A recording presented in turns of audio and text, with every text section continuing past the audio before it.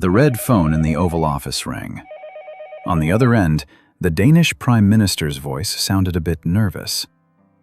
"Mr. President, regarding that proposal you mentioned." "Greenland. How much?" In 2019, this phone call shocked the whole world. The media mocked it, allies were confused, and netizens frantically made memes. But 3 years later, the laughter stopped. Because everyone understood a terrifying truth. This was not a joke. This is the most serious geopolitical issue of the 21st century. Today, I'm going to tell you the truth about the race between ice and greed.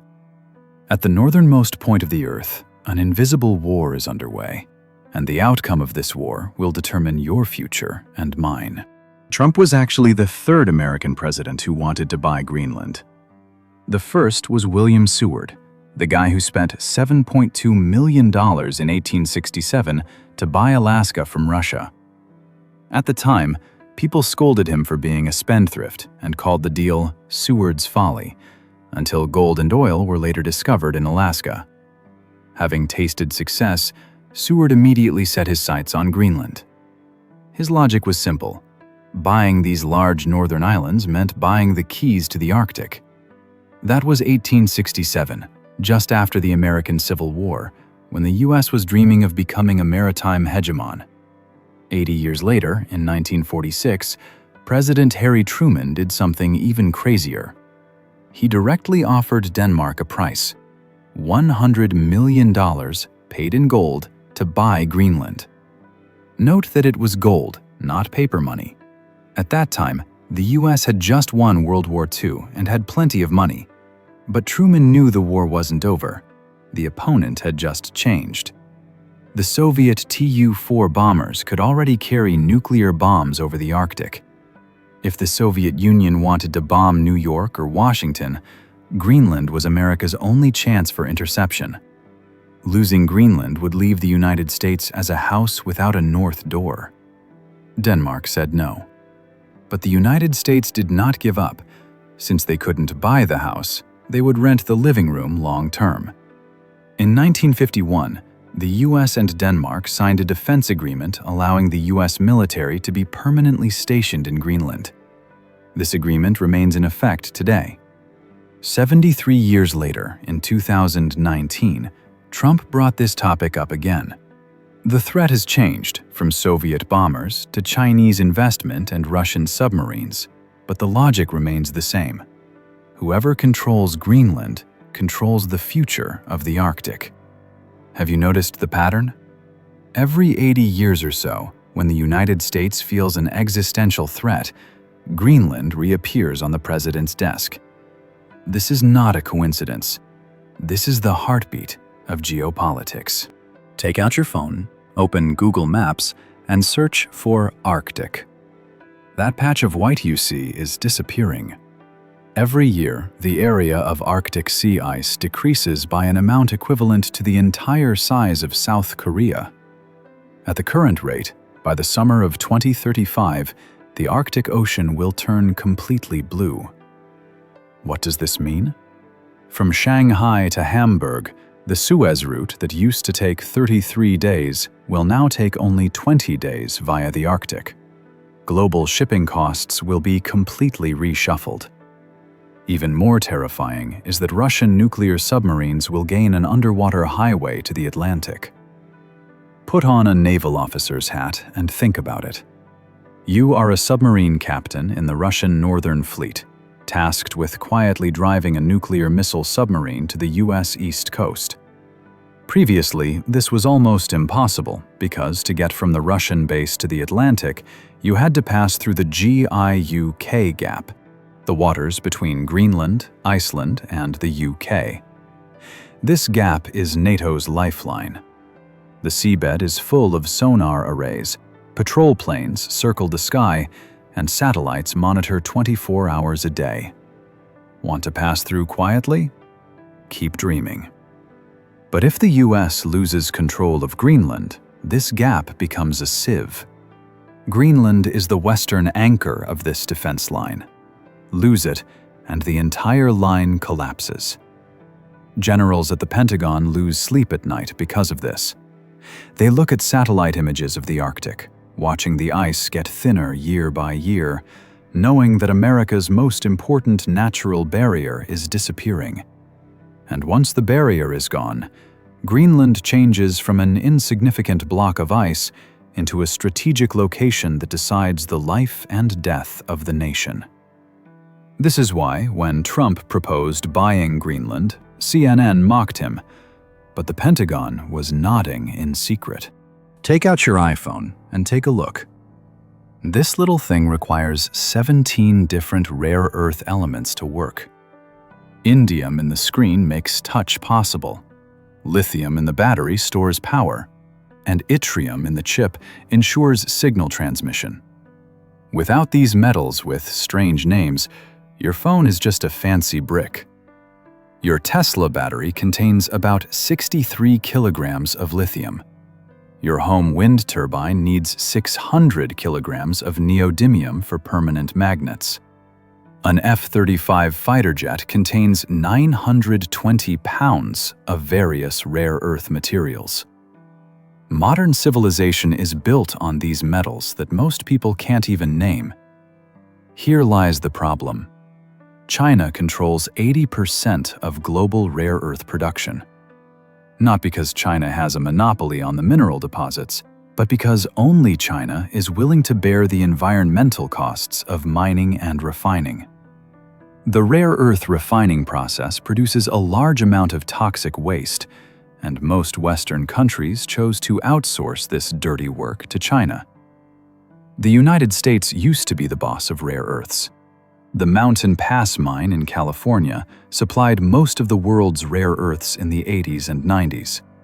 But when China flooded the market with low-priced rare earths, American miners couldn't hold on and closed down one after another. The cost? The US now needs to buy raw materials from China to build an F-35.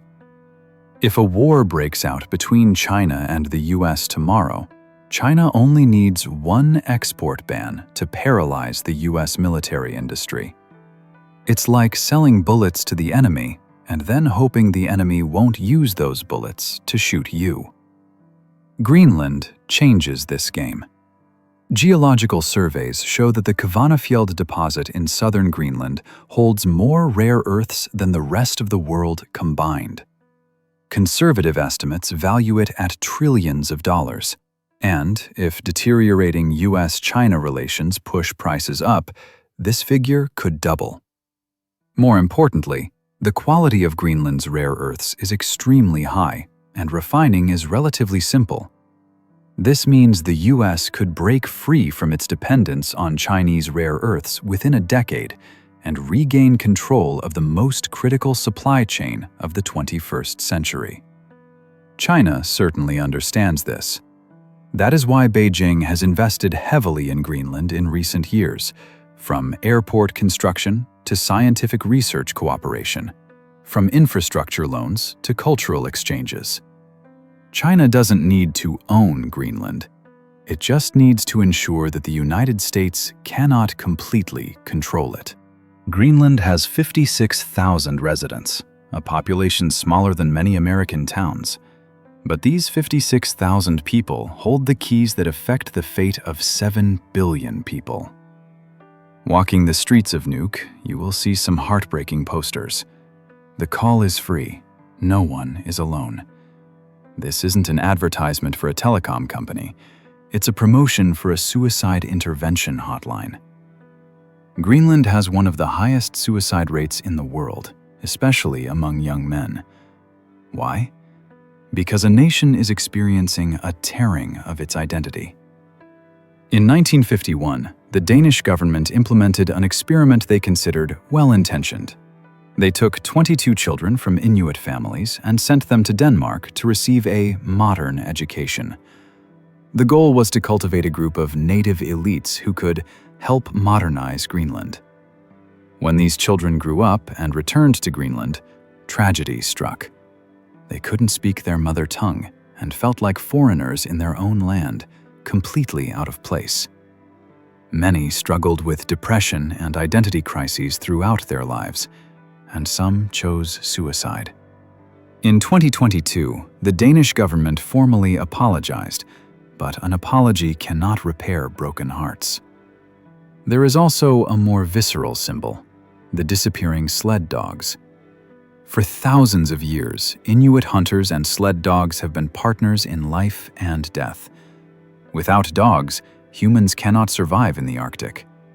But with climate change, sea ice forms later and later and melts earlier and earlier.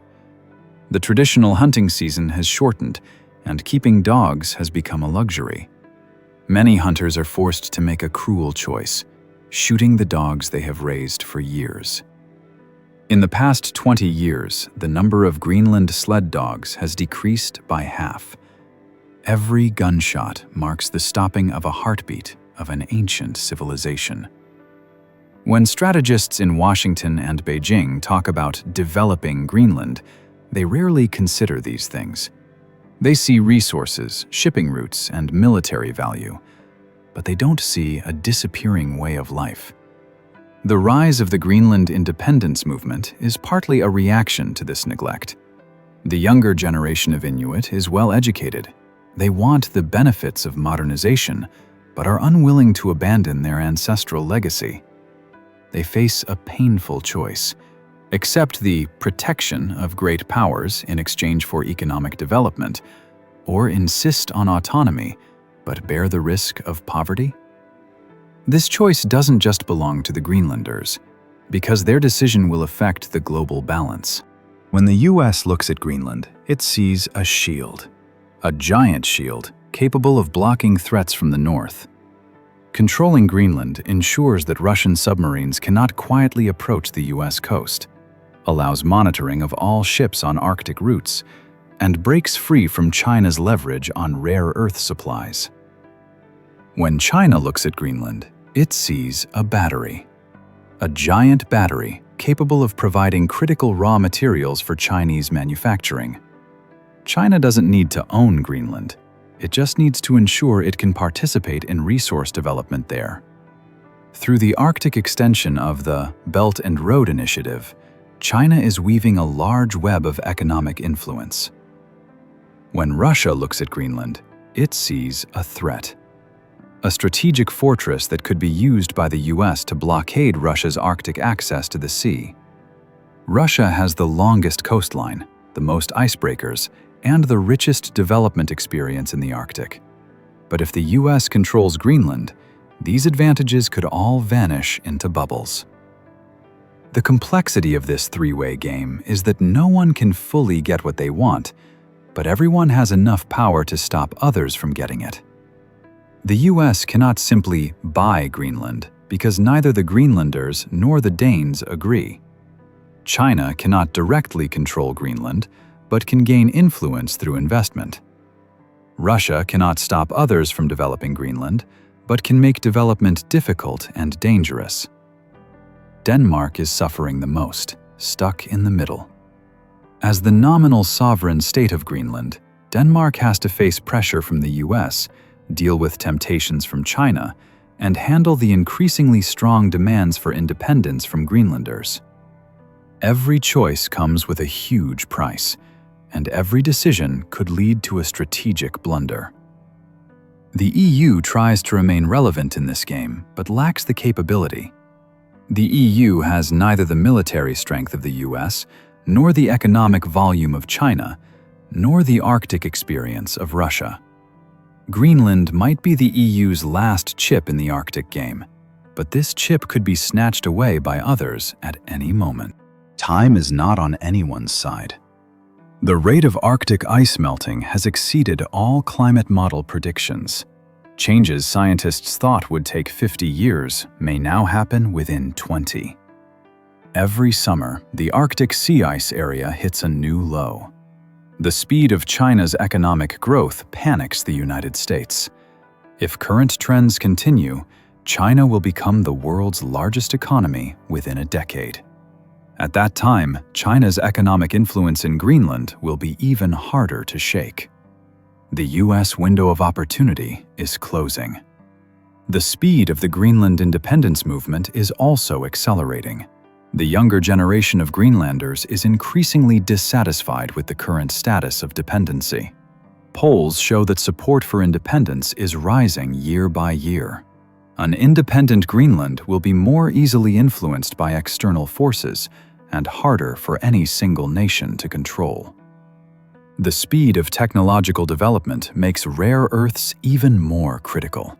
Electric vehicles, 5G networks, artificial intelligence, quantum computing, all these future technologies depend on rare earths. Demand for rare earths is growing geometrically, while supply is highly concentrated in China. These trend lines begin to converge around 2025, creating an unprecedented sense of urgency. All players realize that in another 10 years, the rules of the game might change completely.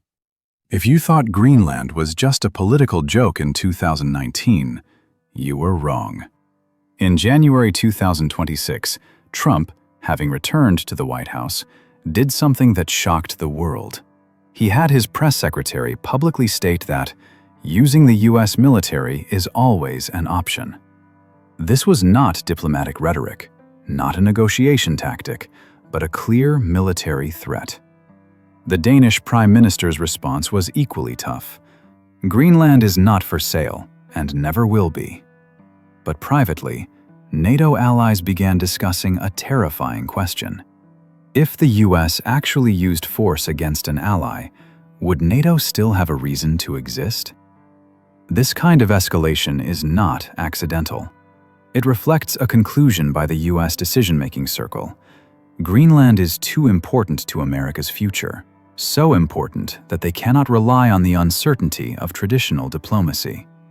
France, Germany, and Canada publicly warned the US not to destroy the post-war international order. But everyone knew in their hearts, if the US truly made up its mind, what could the EU do? Economic sanctions? Military confrontation? China and Russia watched from the sidelines, secretly rejoicing. The division between the US and its European allies was an unexpected gift for them. This is the new reality of 2026. It is no longer about the US wanting to buy Greenland, but the US considering using various means to obtain Greenland. The change in language reflects a shift in attitude. How much is Greenland really worth? Economists can calculate the market value of rare earth reserves, estimate transport revenues from Arctic routes, and assess the strategic value of military bases. The numbers might reach tens of trillions of dollars. But the true value cannot be measured in money. What is the value of the ecological knowledge accumulated by the Inuit over 4,000 years of survival in the Arctic? What is the value of 20% of the world's freshwater locked in the Greenland ice sheet? What is the value of the cultural heritage of a complete civilization that is about to vanish? Perhaps the more important question is not how much Greenland is worth, but what price we are willing to pay for it. Is the US willing to pay the price of falling out with its closest allies? Is China willing to pay the price of being labeled with neo-colonialism? Is Russia willing to pay the price of risking nuclear confrontation? Denmark faces the most painful choice: continue bearing the increasingly heavy burden of Greenland, or accept the reality of losing this huge territory. Greenlanders face the most fundamental question. In a world torn apart by great powers, how can a small nation maintain dignity and independence? There are no standard answers to these questions, but their answers will determine the face of the 21st century. Every second, 9,000 tons of the Greenland ice sheet melts. By the time you finish listening to this, another few million tons of ice will be gone forever. But the melting ice reveals not just rocks and minerals, but also the truth about human nature. In the face of resource scarcity, how fragile is the cloak of civilization? In the face of existential threats, how reliable is international law? In the face of immense interests, how solid are moral principles? The US wants Greenland because it needs to maintain supremacy in a changing world. China wants to influence Greenland because it needs to find raw materials for its massive manufacturing industry. Russia worries about losing Greenland because it fears losing its traditional advantage in the Arctic. But perhaps they are all looking at it wrong. Greenland's greatest value is not what it can provide for great powers, but what it can provide for humanity. An opportunity for cooperation in a divided world, a possibility for harmony on a warming planet, and inspiration from ancient wisdom in a technology-dominated era. The ice is melting. This is an unstoppable reality. But what will we choose to fill the space left after the ice melts? Is it greed, fear, or wisdom? This choice will determine whether we are worthy of this planet we are fighting over. Because in the final analysis, the issue of Greenland is not about ice, but about us. Not about resources, but about choices. Not about conquest, but about coexistence. The race between ice and greed continues, but the winner might not be the fastest runner. It may be the one who learns to stop and listen. Listen to the voice of the ice. Listen to the voice of the wind. And listen to the voices of those who have lived in the Arctic for thousands of years. They know a secret we have all forgotten. At the end of the world, what matters most is not what you can take, but what you can leave behind. Thanks for watching. If this video made you rethink the fragility of globalization, please like and support us. If you want to understand more geopolitical truths ignored by mainstream media, remember to subscribe to our channel. Tell us in the comments, who do you think Greenland will eventually fall to? In this changing world, keep thinking independently and stay warm. See you next time.